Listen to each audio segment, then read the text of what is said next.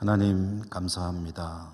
오늘도 이 새벽에 저희들이 하나님 앞에 나와 예배할 수 있음을 감사하고 또 말씀 들을 수 있음을 감사하고 기도할 수 있음에 감사드립니다. 우리의 예배를 오늘도 기쁘게 받아주시고 만나주시고 은혜 내려 주옵소서. 예수님 이름으로 감사하고 기도드립니다. 아멘. 찬송가 543장 찬송입니다.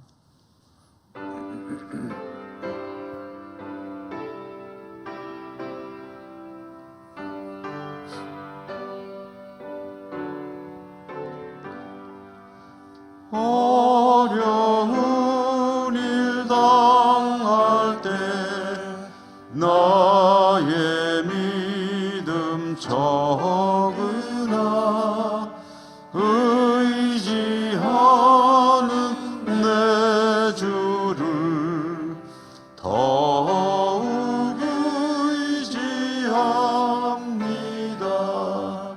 세월 지나갈수록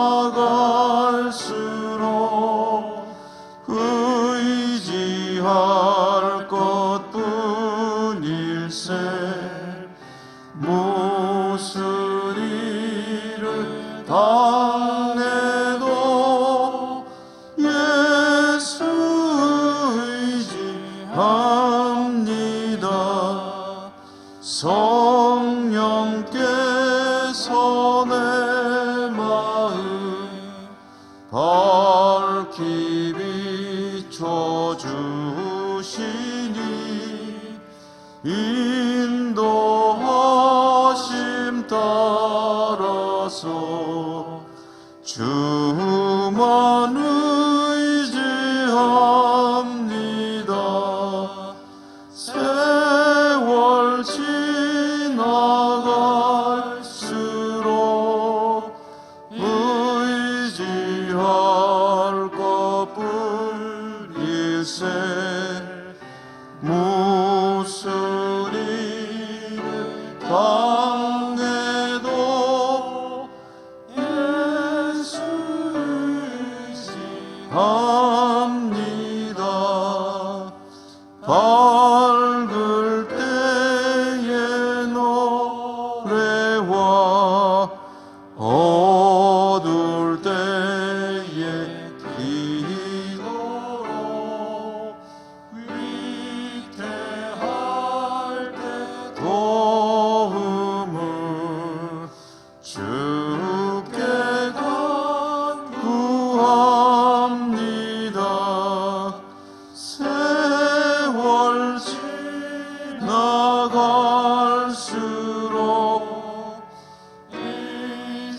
의지할 것뿐일세. 무슨 일을 당해도 예수 의지합니다.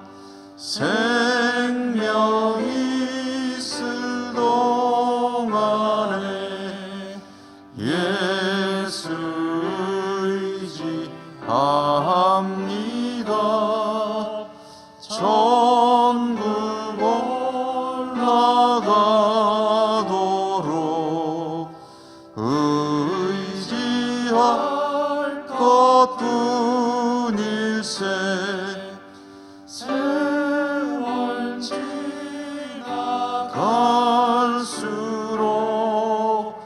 의지할 것뿐일세.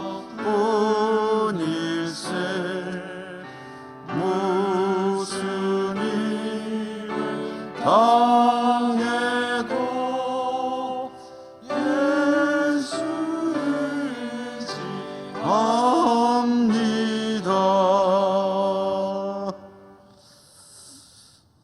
마태복음 8장 5절에서 13절까지 한 절씩 교독으로 읽겠습니다.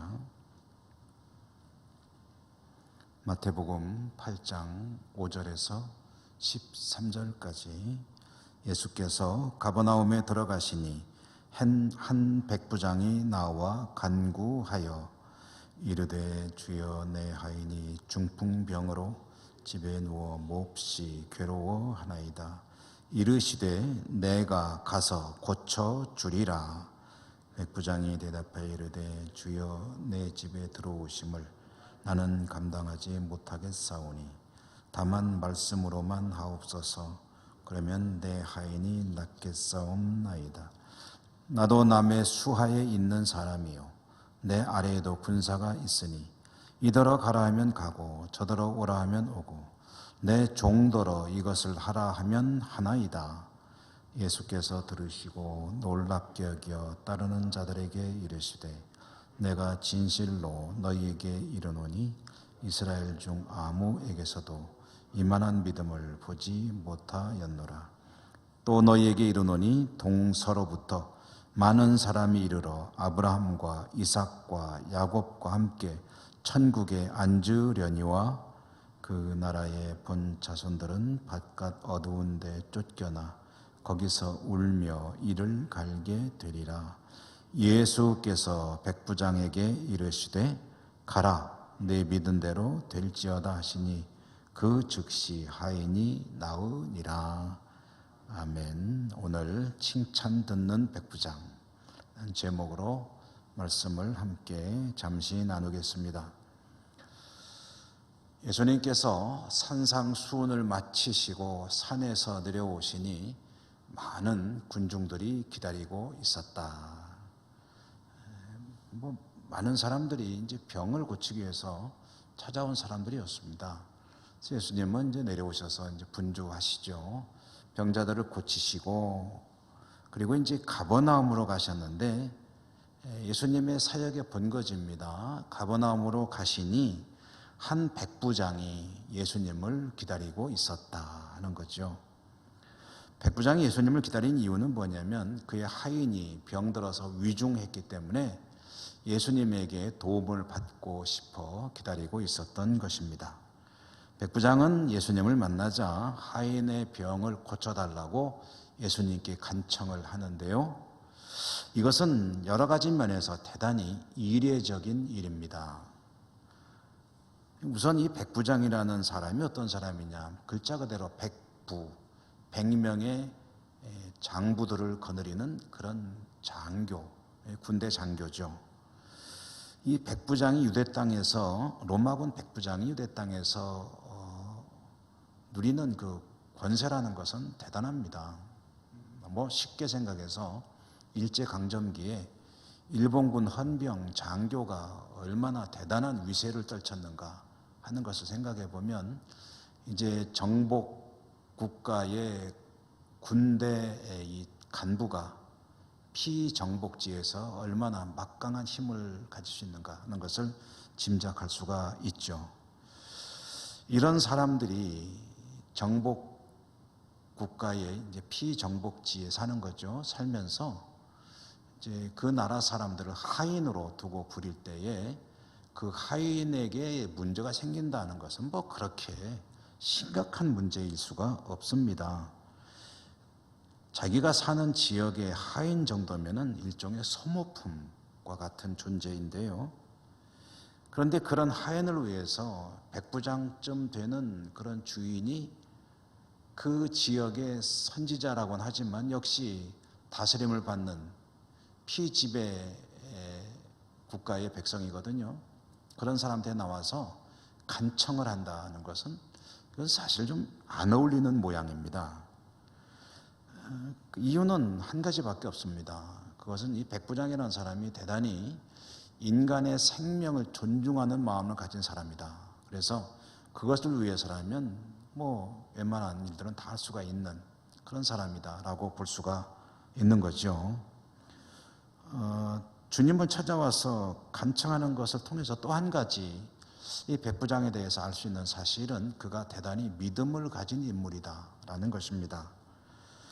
그는 유대인으로 개종은 안 했습니다. 그렇지만 유대인들의 여호와 하나님에 대해서 굉장히 호감을 가지고 있었고 아마 회당 예배도 정기적으로 출석했을 겁니다.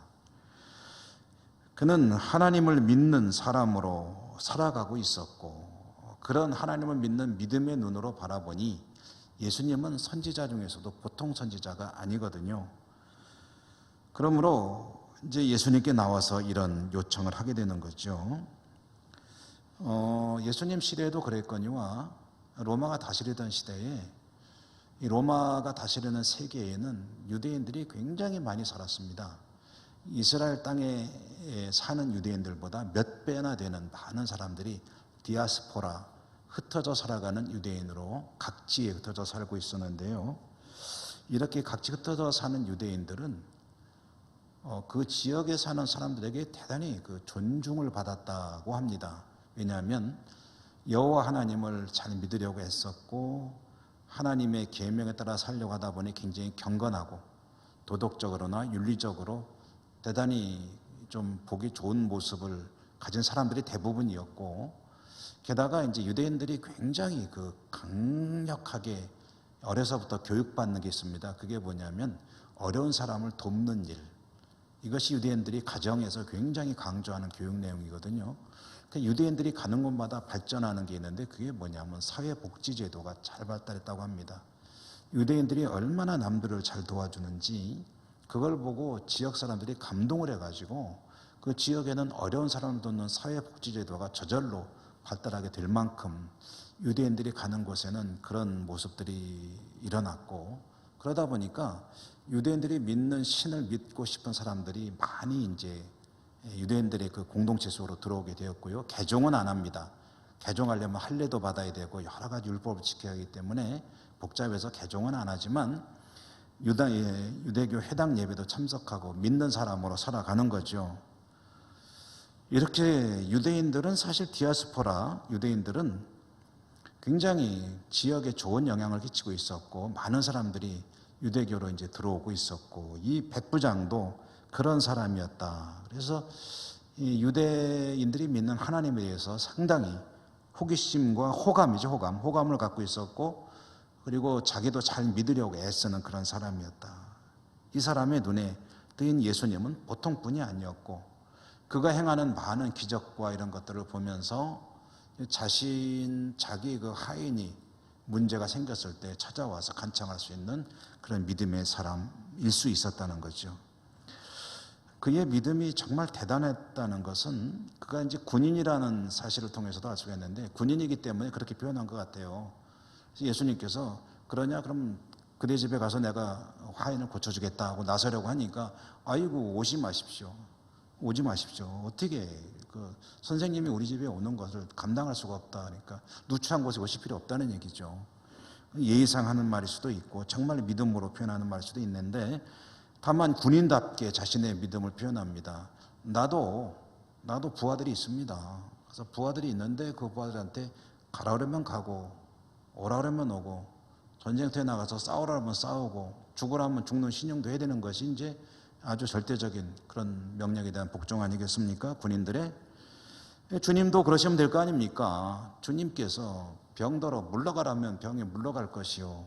그러면 나을 텐데 뭐하러 수고스럽게 우리 집까지 오시는 그런 수고를 하시는 겁니까? 라고 말하는데, 여기에는 이 백부장이 얼마나 사람이 참 괜찮은 사람인가 하는 것을 알 수 있는 것이, 예수님이 이제 백부장이 아무리 하나님을 경외한다고 했던 이방인이거든요. 이방인의 집에 유대인 선지자가 찾아온다는 것은 예수님에게 굉장히 부담이 될 수 있기 때문에 사실은 그것까지 사전에 차단한 것으로 보는 것이 좋을 것 같습니다. 어쨌든 남의 입장을 배려하고 하찮은 사람도 귀하게 여기며 하나님을 경외하며 믿음으로 살려고 애쓰는 이 백부장을 바라보시며 예수님께서 정말 기이하게 여기셨다. 참 희한하다는 거죠. 그러면서 하시는 말씀이, 구원이라는 것은 혈통으로 나는 것이 아니다. 믿음도 혈통으로 이어지는 것이 아니다.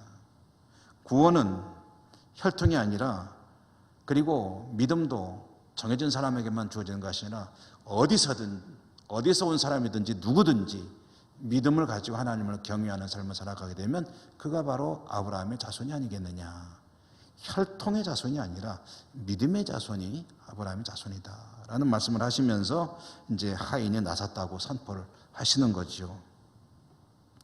여러분, 사실 우리들도 원하는 것은 주님으로부터 칭찬받고 축복받는 인생을 사는 것 아니겠습니까?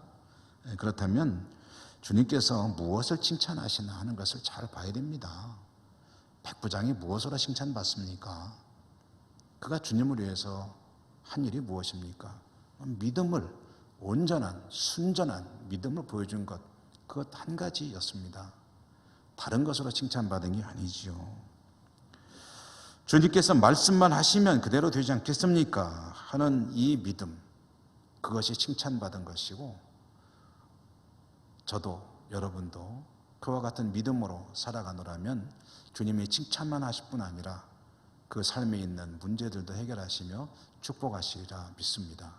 아무쪼록 오늘 하루가 이와 같은 믿음으로 승리하는 복된 하루가 되시기를 주님 이름으로 축원합니다. 기도하겠습니다. 하나님, 믿음으로 사는 이들을 하나님 기뻐하시고 영접하시고 칭찬하시고 축복하심을 오늘 말씀을 통해서 또 한 번 봅니다. 저희들의 마음의 소원도 우리 주님께 칭찬받는 믿음의 삶을 사는 것인데, 그 믿음의 삶을 사는 것을 잘 못할 때가 참 많습니다.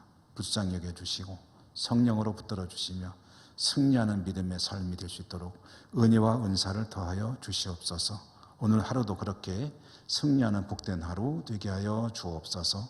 예수님 이름으로 감사하고 기도드립니다. 아멘. 하늘에 계신 우리 아버지 이름을 거룩하게 하시며 아버지의 나라가 오게 하시며 아버지의 뜻이 하늘에서와 같이 땅에서도 이루어지게 하소서. 오늘 우리에게 일용할 양식을 주시고 우리가 우리에게 잘못한 사람을 용서하여 준 것 같이 우리 죄를 용서하여 주시고 우리를 시험에 빠지지 않게 하시고 악에서 구하소서. 나라와 권능과 영광이 영원히 아버지의 것입니다. 아멘. 여러분 기도하실 때 오늘도 역시 우리 코로나가 끝날 때까지는 집중적으로 기도해야 되겠죠. 코로나 상황이 또 우리 인근 지역들도 좀 확산되는 그런 이야기를 듣기도 하고 걱정이 많이 됩니다. 위에서 기도해 주시고 또 세계 선교 현장을 위해서 우리의 전 땅을 위해서 어려움 당하는 이들을 위해서 또 교회 회복을 위해서 기도하시고 여러분의 여러 가지 기도 제목들도 하나님 앞에 믿음으로 내어놓으시기 바랍니다. 다 같이 기도하십시다.